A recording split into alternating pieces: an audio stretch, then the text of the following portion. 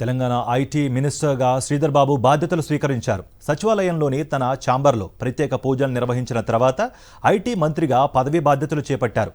అనంతరం పలు ముఖ్యమైన ఫైల్స్పై సంతకాలు చేశారు. ఐటీ మంత్రిగా బాధ్యతలు తీసుకున్న శ్రీధర్ బాబుకు పలువురు అధికారులు శుభాకాంక్షలు తెలియజేశారు.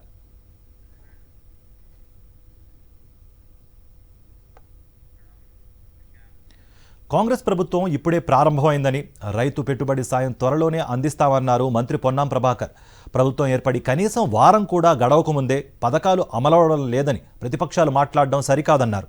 ఇచ్చిన గ్యారంటీలను తప్పకుండా అమలు చేస్తామని తెలిపారు.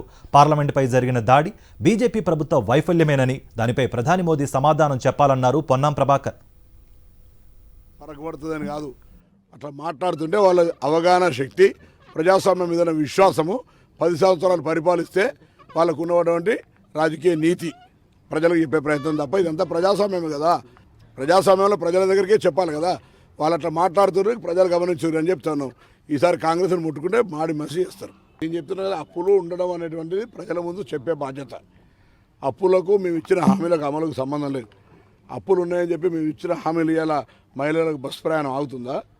10 లక్షల ఆరోగ్యశ్రీ కార్యక్రమం అవుతుందా? రైతు బంధు అవుతుందా? మాకు 100 రోజుల సమయం ఇచ్చినాం, ఇందిరా మిల్లు ఇస్తాం, చేయి ఇస్తాం, అన్ని కార్యక్రమాలు చేస్తాం, బరాబర్ చేస్తాం. పార్లమెంటు మీద దాడి అనేటువంటిది భారతీయ జనతా పార్టీ జవాబు చెప్పాలి.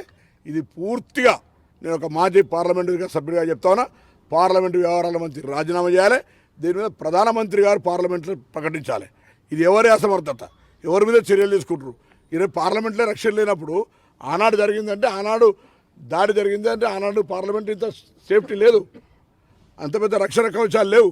ఇలా నూతన పార్లమెంటు కట్టి నూతన పార్లమెంట్లో వాళ్ళు దునుకుతుంటే కూడా ఈ పార్లమెంట్ యొక్క రేపు పొద్దున ఎట్లా పార్లమెంటు సభ్యుల యొక్క రక్షణ? ఇది పూర్తిగా గట్టిగా ఖండిస్తాను. ప్రధానమంత్రి గారు పార్లమెంట్లో జవాబు చెప్పాలి ఈ దేశానికి.